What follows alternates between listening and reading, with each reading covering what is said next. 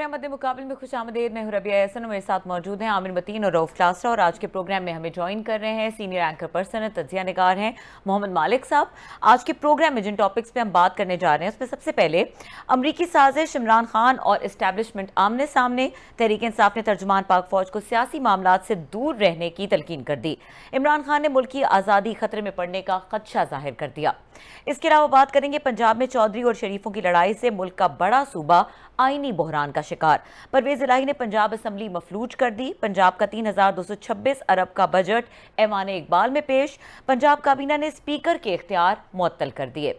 इसके अलावा बात करेंगे मुनिस इलाही के खिलाफ FIR दर्ज, करीबी साथी गिरफ्तार। मनी लॉन्ड्रिंग केस में सनसनीखेज इंकशाफात, साबिक वफाकी वजीर खुसरो बख्तियार और उनके भाई के खिलाफ भी तहकीकात का आगाज। और इसके अलावा बात करेंगे PTI के मुस्ताफी अरकान इस्तीफों की मंजूरी से पहले पब्लिक अकाउंट्स कमेटी से फारिग, नए नाम जारी। दूसरी जानिब चेयरमैन नूर आलम ने ताकतवर ऑटोमोबाइल माफिया पर हाथ डाल दिया। गाड़ियों की गैर मयारी मैन्युफैक्चरिंग पर फट पड़े, कंपनी सरबराहान के वारंट जारी करने की धमकी। आमिर साहब, स्टार्टिंग फ्रॉम यू, और मालिक साहब भी हमारे साथ मौजूद हैं। ये तो इमरान खान वर्सेस एस्टैब्लिशमेंट थोड़ा सा ऑब्वियस हो गया है। ऑब्वियस क्या, मोर देन ऑब्वियस है, मगर ये थोड़ा सा जो अमेरिकन साजिश वाला मसला था थोड़ा सा डाई डाउन कर गया था। मगर मैं समझता हूँ कि अभी दोबारा कल DGISPR ने TV प्रोग्राम में आके अपना वर्जन दिया। उसके बाद फिर आज मोहम्मद मालिक साहब हमारे साथ मौजूद हैं। इनके प्रोग्राम में आके मज़ीद DGISPR ने क्लैरिफाई किया। तो मेरा ख्याल पहले मालिक साहब से पूछ लेते हैं कि इनकी असेसमेंट क्या है कि ये जो वॉर ऑफ वर्ड्स मालिक साहब शुरू हो गई है कि DGISPR का कल का बयान, फिर आपके प्रोग्राम में आज जो प्रोग्राम में जो उन्होंने कहा, क्लैरिफाई मज़ीद किया। और इमरान खान का, असद उमर का PTI की तरफ बड़े स्ट्रॉन्ग रिएक्शन आए। इमरान खान ने कहा जनाब इस बात का फैसला साजिश हुई है कि नहीं हुई, क्या आप DGISPR करेंगे? तो आपकी overall this PAT of words जो है, आपकी क्या असेसमेंट है मालिक साहब, आप कैसे देख रहे हैं इसको? थैंक यू आमिर, बात बड़ी स्ट्रेट है। उन्होंने दो चीज़ों में बड़ा फोर्सफुली उस पर स्ट्रेस किया। उनका पहली बात है कि ये मत कहें कि हमारी कोई राय है, हमारी राय नहीं है, हमारी एक असेसमेंट थी based on intelligence report and investigation. तो ये जो शेख रशीद साहब ने कहा था कि किसी ने राय का इजहार नहीं करना चाहिए, हम इन फोरम्स में राय का इजहार नहीं करते, हम एक स्टांस देते हैं और stance based on investigation and reports था। आपको याद होगा जब पहली कमेटी हुई थी तो उस कमेटी ने बाद ये भी कहा था कि इसको इन्वेस्टिगेट किया जाएगा।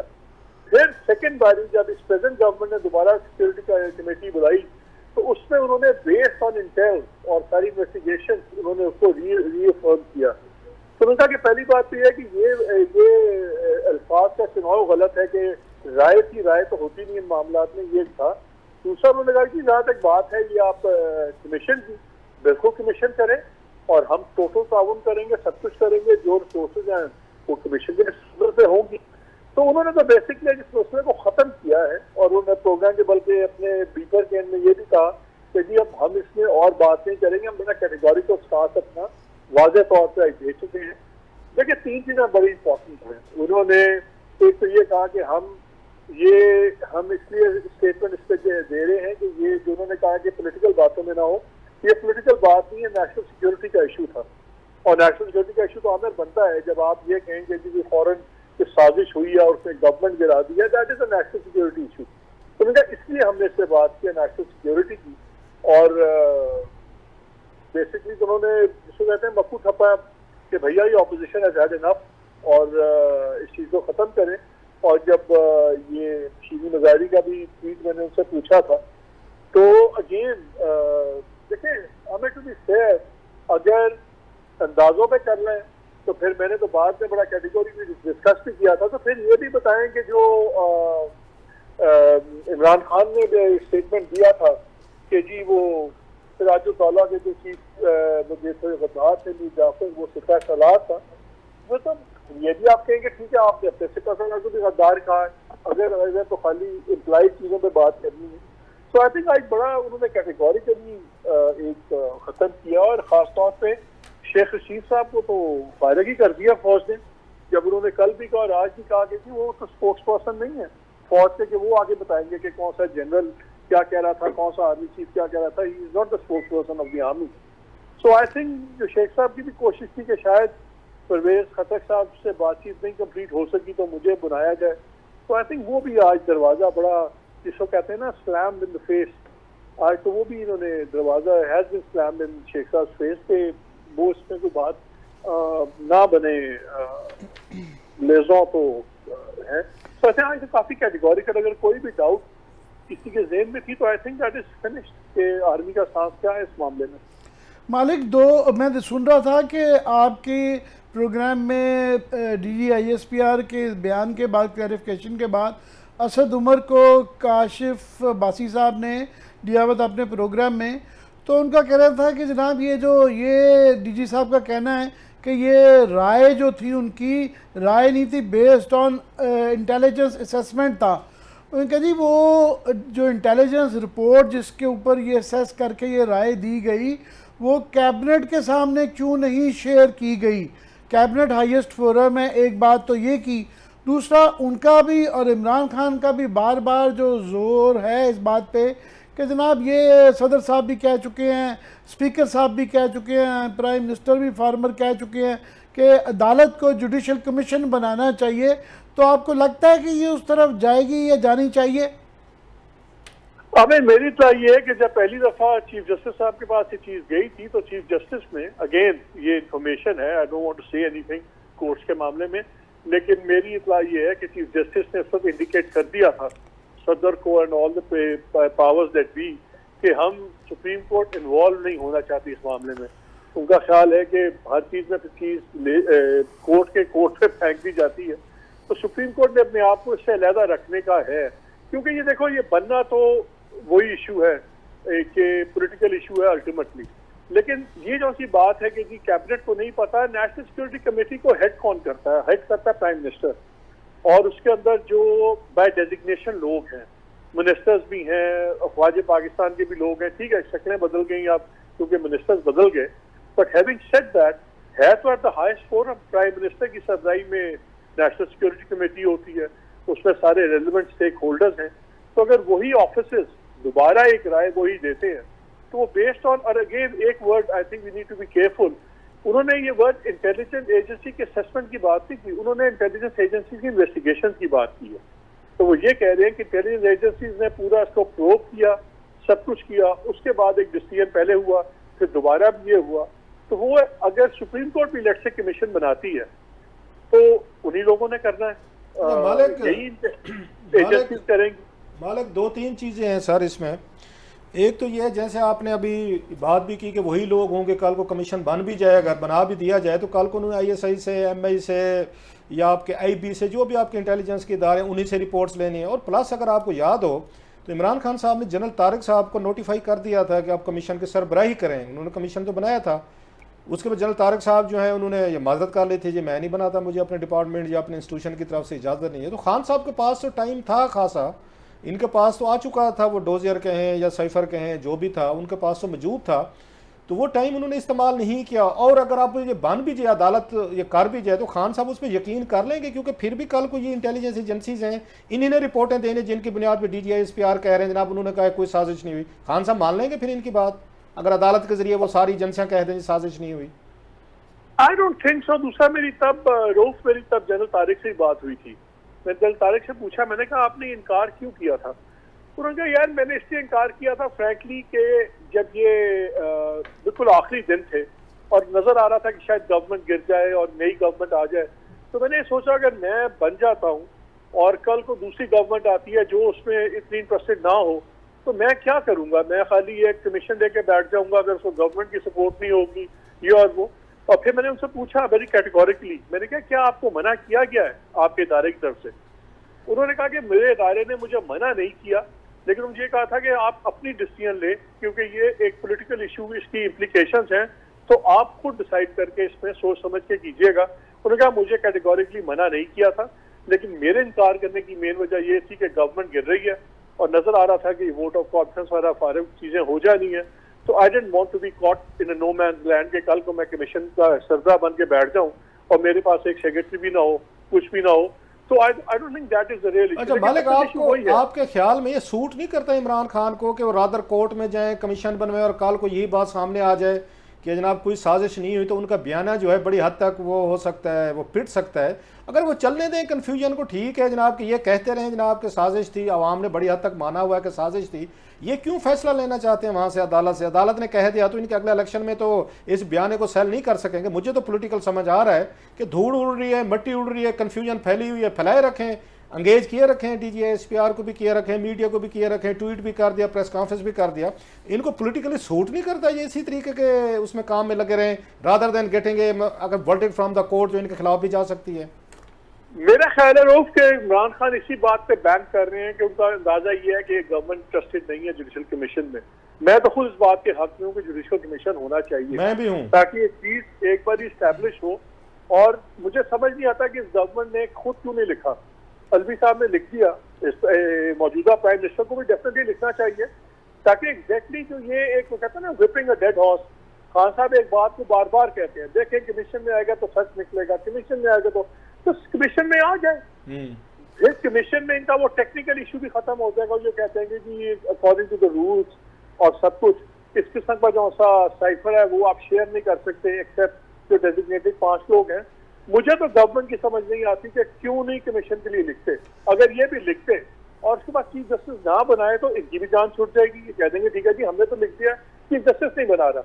तो अगर चीफ जस्टिस साहब को जाना चाहिए, बिल्कुल होना चाहिए, I totally agree with you.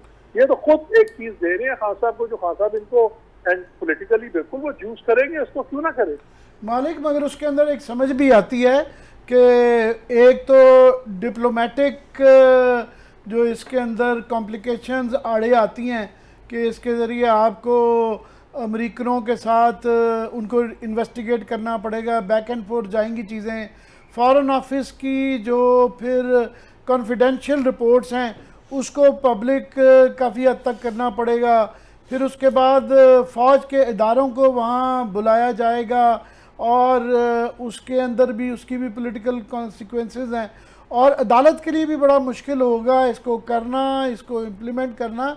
और माजी में याद है कि जिस तरह आपको याद है मेमो केस हाईएस्ट लेवल पे हुआ हुआ था, इस तरह कई इंटरनेशनल उसके अंदर भी अमेरिकन इत्तफाकन इन्वॉल्व थे, मगर इतनी उसकी शोर रहा मगर उसका नतीजा उसका भी नहीं निकला था।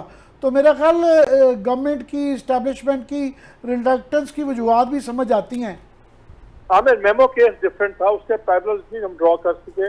उस मेमो केस में आपको याद है जनरल पाशा ने जाके लंदन में मुलाकातें भी की थी, उसमें बहुत चीजें हुई थी जिसमें इंस्टीट्यूशनल इन्वॉल्वमेंट बहुत ज्यादा थी, मिलना जुलना, फिर किस तरह अपना हुसैन हक्कानी साहब को एंड में निकाला गया, किस तरह की चीजें तय हुई, उसमें इंस्टीट्यूशनल इन्वॉल्वमेंट बहुत थी, डायरेक्ट एक्टिव रोल बहुत था। इसमें तो इंस्टीट्यूशनल इन्वॉल्वमेंट उसमें है नहीं ना। एक ऑफिसर आया, एक वहाँ पे मुलाकात हुई हमारे एम्बेसडर की, उसने नोट्स बना के भेज दिए, उसकी बेसिस से बात होगी, फिर एम्बेसडर को बुलाया गया, उन्होंने भी आके सिक्योरिटी कमेटी को ब्रीफ किया। इसमें तो army has nothing at stake, उनको तो फर्क कोई नहीं पड़ता कि ये कमीशन बने ना बने, बिकॉज उसमें इनकी डायरेक्ट इन्वॉल्वमेंट उतना है नहीं। मेमो कमीशन के अंदर तो मेमो वाले इशू के अंदर तो एक्टिव इन्वॉल्वमेंट बहुत ज्यादा थी, तो इसलिए वो उसका तो मुझे समझ आता है क्यों नहीं बनाया गया, उसका क्या उसमें इंटरेस्ट नहीं था। लेकिन at the end of the day again जैसे रोक कह रहे थे, मुझे आप बताओगे इसमें कौन सी चीज छुपी हुई है। वो डेविड लू को हाउस होल्ड नेम बन गया, एक एक चीज खुल के सामने आ गई, उसकी वर्डिंग तक आधी से ज्यादा वर्डिंग इन्होंने डायरेक्टली या इनडायरेक्टली हम सब ने पढ़ ली, हमें बता दिया गया, सुना दिया गया। तो अब मेरा ख्याल है कि शायद सुप्रीम कोर्ट के दिमाग में ये होगा कि यार जो भी फैसला आया, अगर हमने कहा कि साजिश नहीं है तो फिर पीटीआई वाले हमारी ट्रोलिंग करेंगे, अगर हमने कहा साजिश है तो फिर क्या होगा। तो आई थिंक आइदर वे, बाकी कोई विनर लूजर हो ना हो, सुप्रीम कोर्ट लूजर ही आती है। तो मेरा ख्याल है वो अपने आप को इससे अलग उन्होंने कहा हम इस जंग में पड़ते ही नहीं है। गवर्नमेंट को बहरहाल, if I were the government, मैं तो कहता आप एडवाइस करें, सुप्रीम कोर्ट को रिक्वेस्ट करें, इसके बाद let the supreme court justify. अच्छा मालिक साहब, जिस तरह से असद उमर साहब ने या श्री मज़ारी साहिबा ने इस चीज़ को इसके ऊपर बात की है और जिस तरह से सख्त स्टांस लिया है, अभी क्या लग रहा है कि पीटीआई के लिए थोड़ी सी डिफिकल्ट हो जाएगी सिचुएशन? नहीं, डिफिकल्ट नहीं, अच्छा जब तक एम्बिग्विटी रहेगी तो वो ऑपोजिशन भी सूट करती है। लेकिन देखिए मैंने एक बात आज अपने प्रोग्राम में भी क्वेश्चन रेज किया था कि अगर इम्प्लाइड बातें हैं, मिस्टर उस्मान डार साहब थे, तो मैं डार साहब फिर आप भी खुल के बात करें, मुझे फिर वो स्टेटमेंट बताया जो इमरान खान साहब ने जलसे में कहा कि जी वो सिराजुद्दौला था और जो मीर जाफर गद्दार था वो उसका आर्मी चीफ था। तो उन्होंने कहा जी मैं तारीख बता रहे हैं। मैं कहा भाई तारीख इतना नहीं बताई जाती ना, फिर तारीख बाद में रिपीट कभी नहीं की। आपने नोट किया कि जब ये बयान दिया है खान साहब ने, उसके बाद खान साहब ने नहीं किया बल्कि खान साहब बैक ट्रैक किया, खान साहब ने उसको रिपीट किया, क्लैरिफाई करने की कोशिश की कि मैंने कभी ऐसी बात नहीं की, मैं तो तारीख की बात कर रहा था। बात यह है कि अगर ये बात सच्ची है तो फिर खान साहब का वो इल्जाम भी सच्चा, फिर इल्जाम ओन करें कि हाँ मैंने गद्दार कहा है, फिर करें ना। अगर इन लोगों ने बातें एक दूसरे को करनी है फिर खुल के हौसले। मालिक एक बात बताएं, आपने कहा खुलकर बात करें, आपको लगता नहीं है कि एक झाका होता था, झाका आप ये पंजाबी में जो कहते हैं, इज्जत सादात बड़ा उर्दू का एक अच्छा उसके लिए टर्म यूज की जाती है। एक झाका होता था, वो झाका उतर नहीं कि आप जिसका भी जी चाहते हैं वो SPR आर्मी इंटेलिजेंस एजेंसीज, आपने तो यहाँ 30 साल, आपको ज्यादा, आमिर साहब को 30 साल से ज्यादा, आपने तो 35-40 साल आपको हो गए। ये झाके होते तो झाके टूट नहीं गए, आप वहां पे जो भी आते जाते दाएं बाएं जिसका दिल चाहते। आज तो खान साहब ने ये खुलकर बात किया, सद उमर साहब ने भी की है, शेरी मजारी साहबा ने भी की है, बाकी बस शेख रशीद साहब बाकी छोड़ दें, शेख रशीद साहब ने जनाब आते जाते उन्होंने भी ऐसी बातें कर दी। तो झाका उतर नहीं गया इसमें मेरा ख्याल है हम एक अननेचुरल सिचुएशन से दूसरी अननेचुरल पे चलेंगे। पहले जो घुटन थी वो एक्सट्रीम थी, अब जो ओपननेस थी दूसरी एक्सट्रीम है। अब पहले आप मिनिमम बात भी नहीं कर सकते थे, अब मैक्सिमम बात भी की कोई लिमिट नहीं है। आई थिंक वो एक दूसरी लिमिट थी, एक्सट्रीम लिमिट थी जो गलत थी, अब ये दूसरी भी गलत हो गई हुई है। Because at the end of the stage जो भी है, हमारे जो जियोपॉलिटिकल हालात हैं, सब कुछ है, एक सेंसिबल बहस होनी चाहिए इंस्टीट्यूशंस पे, इंस्टीट्यूशनल रोल पे। लेकिन अगर आप टारगेट कर लेंगे एक इंस्टीट्यूशनल हेड पे नेशनल सिक्योरिटी के इश्यूज में, तो आई थिंक हर तरफ लाइंस क्रॉस हो रही हैं। आपका फायदा उठा लें हम, ये पंजाब में क्या हो रहा है सर, जरा आज मोने सलाई साहब पे भी केसेस हो गए हैं, FIA ने उन पे भी कर दिए हैं, वहाँ पे 2 इजलास हो रहे हैं, ऑर्डिनेंसेस हो रहे हैं, ये जरा इस पर रोशनी डालेगा, ये पंजाब में क्या हो रहा है? आज बड़ा फनी बयान मैं सुन रहा था जब मोने सलाई साहब वगैरह कह रहे थे कि यार वो फिर फवाद ने भी कहा यार इनको लिहाज नहीं आया, ये भाई का इनको लिहाज नहीं आया कि भाई पे केस बन रहा था। तो मैं सोच रहा था, मेरी उस दिन बात हो रही थी सालिक चौधरी से, मैंने उससे पूछा यार ये क्या हुआ सारा झगड़ा। उसने कहा जी ये जब इन्होंने अनाउंस किया है इनके दूसरे वो वजाद साहब के बेटे ने कि मैं PML क्यों छोड़ रहा हूँ, और जिन्होंने बात की उन्होंने कहा वल्लाह आलम, उन्होंने कहा कि जी परवेज इलाही साहब ने बात तक नहीं की थी चौधरी शुजात साहब से, ये जब सारा सीन हुआ और जब उसने उनके बेटे ने छोड़ा इलाही ने कि जी मैं छोड़ रहा हूँ PML क्यों एंड ऑल, उन्होंने कहा जी बिल्कुल बात नहीं की। तो अगर परवेज इलाही साहब ने मुनासिब नहीं समझा बात भी करना चौधरी शुजात साहब से, और ये तो देखें आपको ही पता, हम सारे फॉलो करते रहे कि चौधरी शुजात की जो रिस्पेक्ट है वो चौधरी शुजात की है सबके साथ, परवेज साहब की वो रिस्पेक्ट नहीं थी। उनके पास पावर होगी लेकिन वो जो चौधरी साहब का लिहाज था, इज्जत सारे करते थे, वो इनके पास नहीं थी। तो जब इन्होंने उनका लिहाज नहीं किया तो वो इनका लिहाज क्यों करेंगे? अब चलेगा, अब तो ना। आज फवाद चौधरी, एक छोटा सा मेरे भाई, आज फवाद चौधरी साहब ने ट्वीट किया और बड़ा उन्होंने सख्त ट्वीट किया, तारिक बशीर चीमा को शर्म दिलवाई, उसके बाद उन्होंने मेरा कहा साले किया उनको शर्म दिलवाई और बड़ा सख्त ट्वीट किया कि शर्म आनी चाहिए, मूनिस पे केसेस हो रहे हैं, आपका भाई है। तो थोड़ी देर बाद, हालांकि वो तो बहादुर आदमी है फवाद चौधरी साहब, वो तो किसी से डरते वरते नहीं है, थोड़ी देर बाद ट्वीट वो डिलीट कर गए। आपकी क्या इन्फॉर्मेशन है कि चौधरी साहब जैसा बंदा, फवाद जैसा बंदा, वो ट्वीट कैसे डिलीट कर गया है? इसका मुझे नहीं पता। ऐसे ना करें मालिक, ना ना ना ना ना आप भी डर गए, फवाद से डर गए आप? नहीं, मुझे तो डिलीट का भी आपसे पता लग रहा है। मैं तो जब प्रोग्राम में गया हूँ तो प्रोग्राम करने गया हूँ तो उससे तक डिलीट। मुश्किल सवाल पे कहें मुझे, मैंने तो ट्वीट देखे नहीं है, ये हो सकता है सर जी? नहीं, मैंने फवाद का वो आखिरी ट्वीट देखा था, मैंने फवाद का उनका डिलीट, ये नहीं मुझे पता था, ये आपसे मैं सुन रहा हूँ कि डिलीट हो गया। तो मेरे ख्याल सारे आपस में एक दूसरे से बना के रखते हैं, at the end of the day एक तरफ से या दूसरी तरफ से सिफारिश आ जाती है। पर मालिक ये मुझे भी और आपको मेरा 35 साल करीबन हो गए हैं ये असम्बलियाँ पार्लियामेंट कवर करते हुए, ये मुझे इसकी नज़ीर नहीं याद है कि जो आज पंजाब असम्बली में, पंजाब में लाहौर में हुआ है कि एक बजट ईवान इकबाल में पेश हुआ, दूसरा इजलास इधर से था हमने हमेशा स्टूडेंट्स ऑफ पॉलिटिक्स पढ़ा कि जनाब ये जो एक लेजिस्लेचर होती है और एक उसके बाद अदालतें होती हैं और एक एग्जेक्टिव होती है, तीन नहीं है, मुकन्ना होती हैं, अदालतें होती हैं और तीसरा, और इनके एक दूसरे में मुखल्ली होते हैं। तो ये गवर्नर साहब ने जिस तरीके से लॉ मिनिस्ट्री को ये ऑर्डिनेंस पास करके एग्जेक्टिव को आप समझ लेंगे कि पार्लियामेंट का इंचार्ज बना दिया, तो ये एक बहुत मजे का केस नहीं हो गया? मुझे तो हमें अल्लाह अल्लाह रहम करे हम सब पे, लेकिन आप ये देखें नेशनल असेंबली के अंदर पॉलिटिशियंस ने मजाक बनाया एक दूसरे का, पंजाब के अंदर हम ये देख रहे हैं, सिंध के अंदर आज एक दूसरे के गिरेबान पकड़े गए। मुझे तो वो मेथड तो मैडनेस अब लगता है कई दफा कि इतना हर जगह पॉलिटिशियंस गंदे हो जाएं कि फिर हम सोच रहे हैं अच्छा नाइट इन शाइनिंग यहाँ पर कौन आएगा और कौन आगे दिखाएगा। ये तो हालात उस तरह आप लेके जा रहे हैं, मेरी तो समझ से खौफ ही आता है। वो हमें तो ये जब असम्बली कवर करते थे तो ये कई दफ़ा मुझे याद है आपने हमारे इस बात पे कॉलम लिखे जी फलाना स्पीकर की तरफ पीठ करके खड़ा हो गया और कि जी वो जो आने का एक तरीका है, वो जो कॉलोनियल टाइम्स के आदाब हैं कि जनाब स्पीकर को बाव करके आप सीट पे बैठेंगे और वहाँ आदाब, अभी तो ये मादर पितर आज़ाद, आप सही कह रहे हैं कि जिस तरह डिप्टी स्पीकर साहब ने यहाँ फ्लाउट किया और वहाँ पे परवेज़ इलाही साहब का भी उतना ही कसूर है कि वो बजट नहीं पास होने दे रहे, और दूसरी तरफ से उन्होंने गवर्नर साहब ने लॉ मिनिस्टर को दिया, मेरे लिए उन्होंने वक्फा लेना है शायद, तो वक्फा लेने के आने के बाद इसके ऊपर ज़रा आप डिटेल्ड किस्म का आपका व्यू चाहिए होगा। आज हमारे काबू आ गए तो पूरा ही आपको निचोड़ना चाहते हैं। जी आमिर साहब, मालिक साहब साथ रहिएगा, जिस तरह आमिर साहब कह रहे हैं सवाल का जवाब ब्रेक के बाद आपसे डिस्कस करेंगे। यहाँ पे हुआ है वक्त ब्रेक का, हमारे साथ रहिए।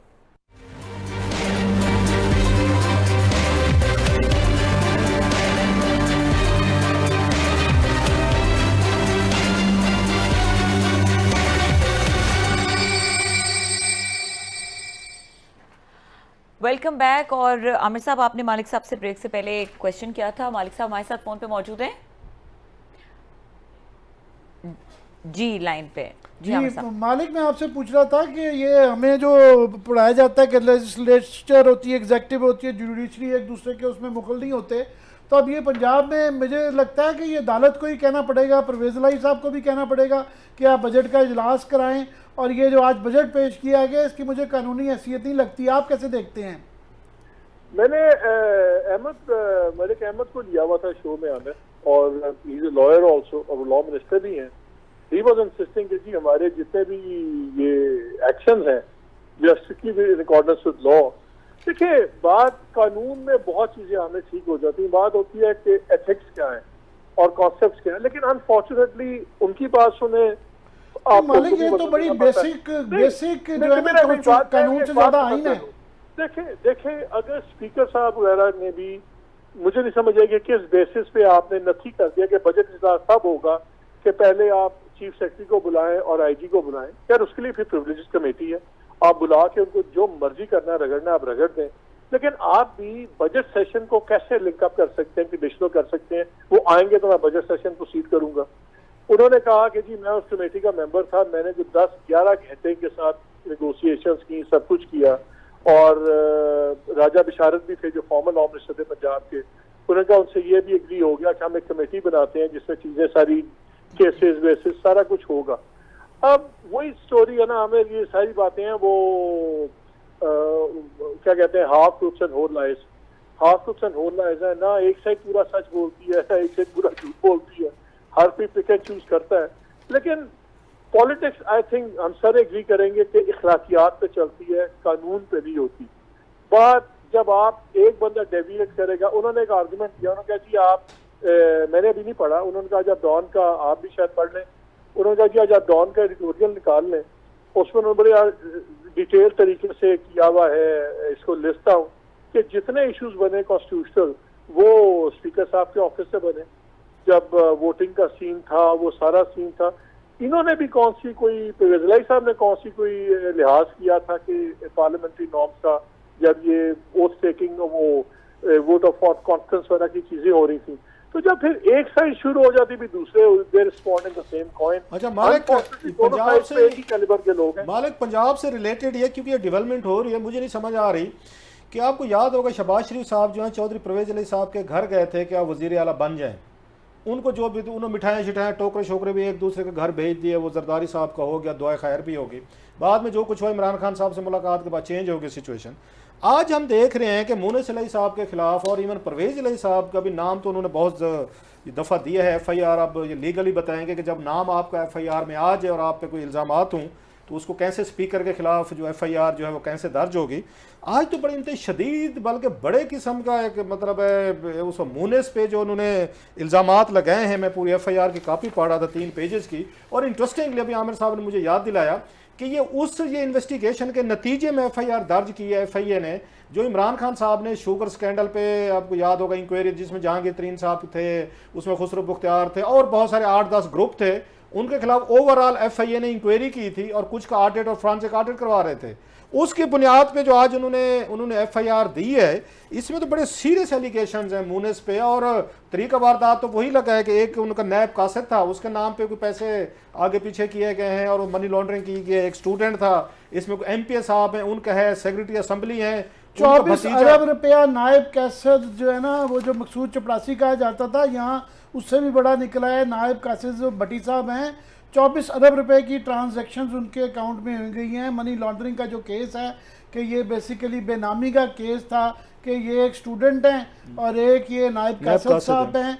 और एक्चुअली जो था उसके अंदर परवेज़ इलाही साहब भी उन्होंने कहा है जनाब, चूँकि इजाज़तनामा खुसरो बुख्तियार साहब के जो भाई उमर बुख्तियार साहब जो हैं उनको इजाज़तनामा परवेज़ इलाही ने चीफ मिनिस्टर दिया, जबकि बेनिफिशरी जो थे उनके अपने बेटे मुनिस इलाही थे।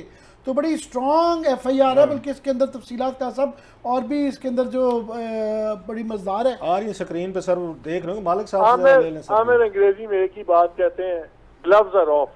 अब ग्लव्स ऑफ हो गए, अब वही अब गेट रेडी। अब दोनों साइड जिसका जितना जोर चलता चलाएगा। अब खत्म हो गया, सारी प्रिटेंस खत्म हो गई है। अब क्या इसमें सरप्राइज की क्या बात है? नहीं, मगर ग्लव्स आर ऑफ ये पहले जो ये ग्लव्स थे ये प्रोटेक्शन, इससे म्यूचुअल प्रोटेक्शन हो जाती थी। वो एक दूसरे को you scrub my back I scratch yours वाली बात थी।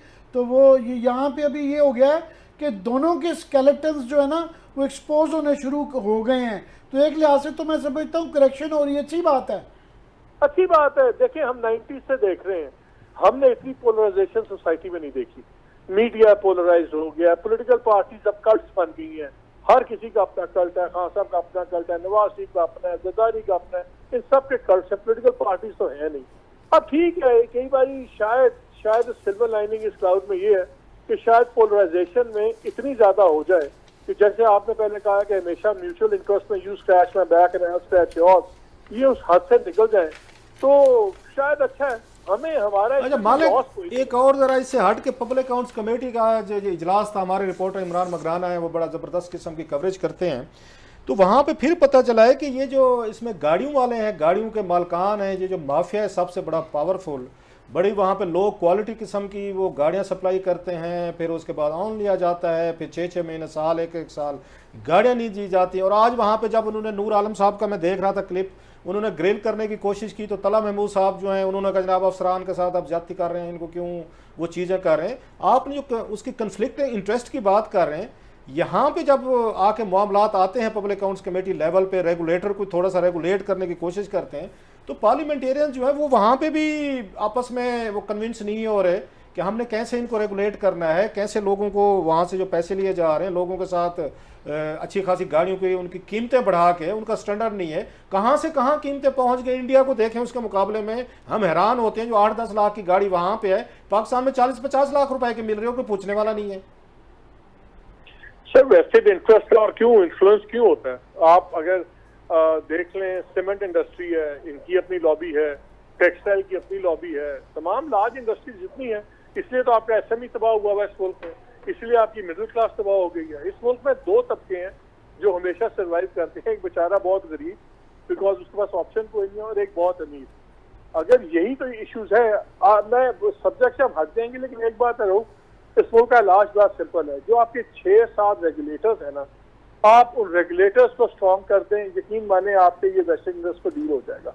आपने शुगर कमीशन की बात की, आपको याद है खान साहब ने कहा था, बड़ा एक फैन फेयर में अनाउंस किया था कि अली जफर एक रिपोर्ट देंगे और अली जफर वो रिपोर्ट लिखे उस कमीशन के ऊपर फाइनल एक रिपोर्ट आएगी। वो रिपोर्ट कहाँ गई? आई नहीं, खान साहब की गवर्नमेंट में भी नहीं आई। तो छोड़ दें इन बातों को। I think this is we are stating the obvious.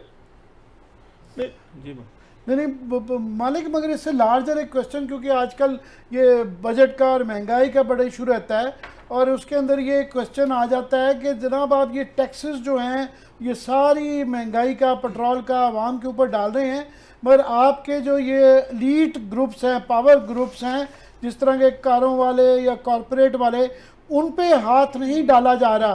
For example 9 अरब रुपए का कैपिटल गेन टैक्स स्टॉक्स पे दिया जा रहा है, 40 अरब रुपए की गैस कंसेशन टेक्सटाइल को दी जा रही है कि आप ये जो 1.5 ट्रिलियन के करीब जो एग्जम्पशंस हैं आप लीड को नहीं दे रहे, अवाम को टैक्सेस ठोकी जा रहे हैं।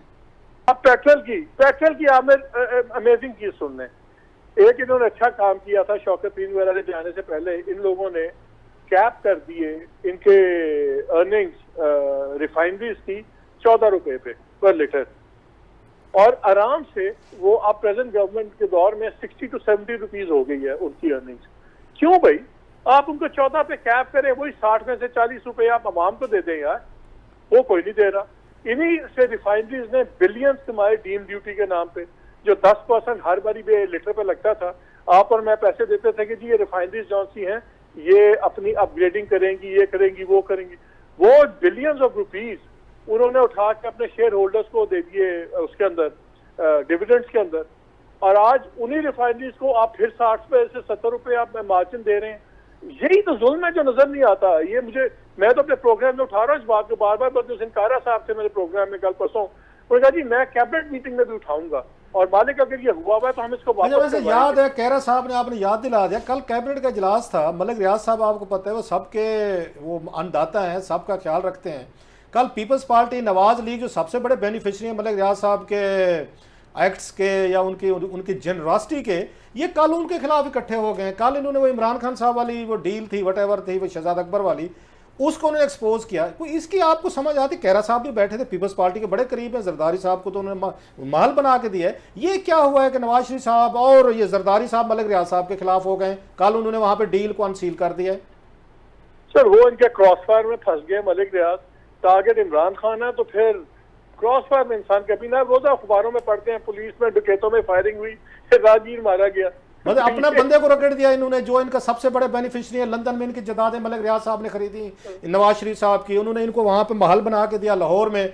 तो उनको इमरान खान साहब को वो करने के लिए, उनको एक्सपोज करने के लिए उन्होंने अपना बंदा बिल्कुल कुर्बानी दे दी।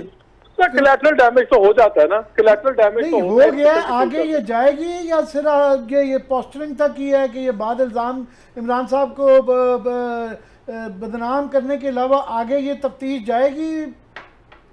I don't think so, Amir. I think it's more like point scoring. Malik रियाज साहब के आपके ख्याल में सबसे आगे किसी का बस नहीं चलता। मगर एक अच्छी खबर वो ये भी है कि आज सिंध हाई कोर्ट से ये जो चीनी इंक्वायरी इतनी बड़ी हुई थी उस पर आहिस्ता आहिस्ता पेशरफ्त होनी शुरू हुई है कि उन्होंने कहा है कि जनाब ये कार्टलाइजेशन के ऊपर 50% जुर्माना करें। आई जस्ट होप कि इसकी दोबारा, वरना वो होता है कि ये फिर सुप्रीम कोर्ट से वो स्टे मिल जाता है, वो चलता ही रहता है। मगर लास्ट थी मालिक कि ये चीनी की एक रिपोर्ट थी, इसके ऊपर पार्शली ये जिस तरह के रहीमिया खां केस के अंदर मुनिस लाई और परवेज़ लाई और खुसरो बख्तियार एंड कंपनी के ऊपर आ गया है, मगर इसके जो बाकी हिस्सेदार हैं, बाकी हिस्से चीनी के रिपोर्ट के, वो उसके अंदर जो है रमज़ान शुगर फिल, वो शहबाज शरीफ साहब की अपनी फैमिली भी आ जाती है, इसमें जहांगीर तरीन साहब भी आ जाते हैं, आसिफ जरदारी साहब की भी एलिजिडली मिले हैं। तो बाकी जो है आपको नज़र आता है कि पिक एंड चूज करेंगे कि यहाँ पे दुश्मनों को सूट करता है तो उनको रगड़ दें, अपने बचा लें। आमिर में 78% स्टील जो है शुगर मिल्स पाकिस्तान की वो पार्लियामेंटेरियंस की मलकियत है, 78%। बाकी जो से हैं वो सबसे बड़े गन्ने के जो काश्तकार हैं वो भी पार्लियामेंटेरियंस हैं। कैसे शुगर इंडस्ट्री को हाथ डालेंगे? तो ये बस फिर घूम फिर के आप और हम ये बिट्स एंड पीसेस में करते रहते हैं और यहाँ तक के मजाक ही बन जाता है। लोग कहते हैं कि जनाब ये आप क्या ये करते हैं, ऐसे तो होना कुछ नहीं है, वो जो फेमस क्यों बुला रहे हो? बोलते नहीं होते साहब कह के होना कुछ नहीं है, तो ये होना कुछ नहीं है। मेरा ख्याल है मालिक साहब को हमने सवाल पूछ पूछ के थका दिया, आखिर पे ना मेरे बड़े मुख्तसर जवाब देना शुरू हो गए। बिल्कुल हाँ ना में नहीं मैं ये कह रहा हूँ, आप दोनों मायूसी क्यों फैलाते हैं? मौजे होते हैं ना यार, मौजे होते हैं। मालिक साहब जरा ये खुलकर बात करें, आपको मैं अपनी तनख्वाह में से चेक भेज दूंगा 1 घंटे के शो का। मलिक रियाज के बाद आप थोड़ा सा मुख्तसर इख्तिसार पे आ गए हैं। बिल्कुल आपने बिल्कुल हाँ यस नो जी हाँ ठीक है। उस्मान बुज़दार साहब वज़ीर आला बने, मौजा।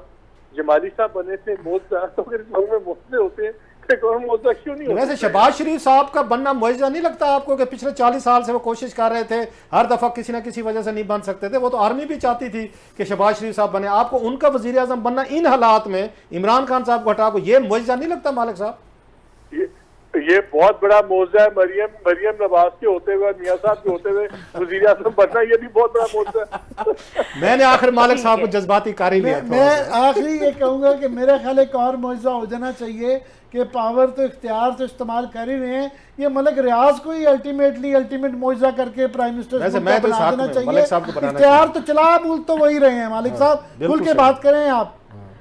जो तो गला मोज़े आ जाना वैसे मलिक रियाज बेहतर प्राइम मिनिस्टर निकलते, जिस तरह को उनके प्रोजेक्ट चलाए, हम उन पर तनकीद अपनी जगह करते रहते हैं। इन तमाम से जो सियासी लीडरशिप हम देख रहे हैं, इनसे बेहतर मलिक साहब मेरा ख्याल मुल्क चला रहे थे, मलिक रियाज साहब। बहुत शुक्रिया आपका सर जी। बहुत शुक्रिया। मोहम्मद मालिक साहब हमारे साथ मौजूद थे और प्रोग्राम का वक्त भी खत्म हो गया है। देखने के लिए शुक्रिया, इजाजत दीजिए, अल्लाह।